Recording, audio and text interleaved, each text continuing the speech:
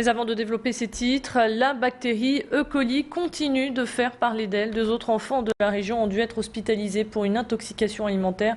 Cela fait donc 7 victimes. L'ARS, l'Agence régionale de santé, pense avoir déterminé l'origine de cette intoxication. Des steaks hachés de bœuf surgelés portant la marque Steak Country et commercialisés dans les magasins Lidl. Les enfants touchés par cette bactérie n'ont pas de liens familiaux et n'habitent pas dans la même zone géographique. Leur état est jugé sérieux, mais il n'est pas grave. Ces steaks sont fabriqués par la société Seb de Saint-Dizier en Haute-Marne qui fait venir la viande bovine d'Allemagne.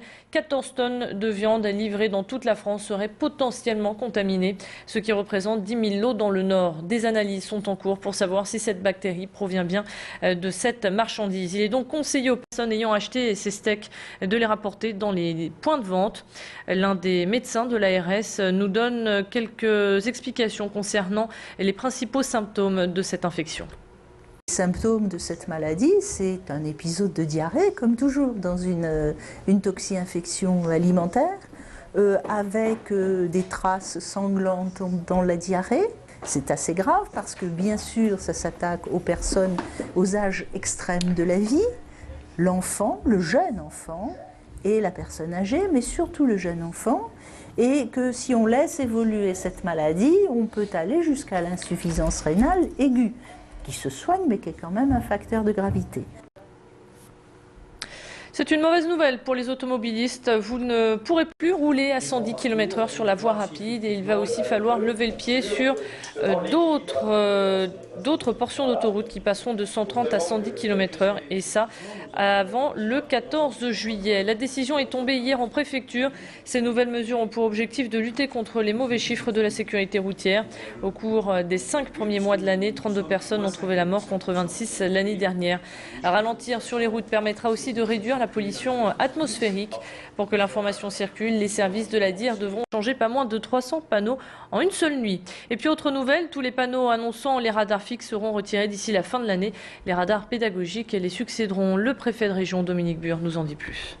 Cet après-midi, j'ai organisé une réunion qui regroupait des élus, des responsables des forces de sécurité, des associations d'usagers de la route pour leur présenter les modalités selon lesquelles ces panneaux seront remplacés par des radars pédagogiques. Ça va s'étaler jusqu'en janvier prochain. Chacun des panneaux va voir succéder un radar pédagogique en plusieurs vagues successives, une première pour le mois d'octobre et puis ensuite pour décembre et enfin pour le mois de janvier prochain. La culture peut-elle dénaturer l'homme? Peut-on avoir raison contre les faits? Voici les sujets de philosophie proposés ce matin aux étudiants de la filière scientifique. Ils ont eu 4 heures pour rendre leur copie. Cette année, ils sont plus de 43 000 dans notre région à passer le baccalauréat dans 291 centres d'examen. Baptiste Blic s'est rendu pour nous au lycée Jean Perrin à Lambersart où il a rencontré la rectrice qui nous parle de cette épreuve tant redoutée. On l'écoute. Elle est encore plus symbolique que les autres parce que c'est la première pour la semaine des épreuves du baccalauréat et donc l'attention des élèves est sûrement encore plus forte le premier jour. C'est quand même un petit peu symbolique et donc vous avez vu ce matin les élèves qui arrivaient et qui étaient en partie angoissés, un peu stressés.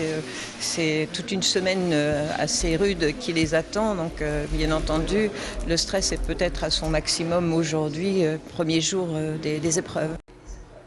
Voilà, les premiers résultats sont attendus pour le 5 juillet.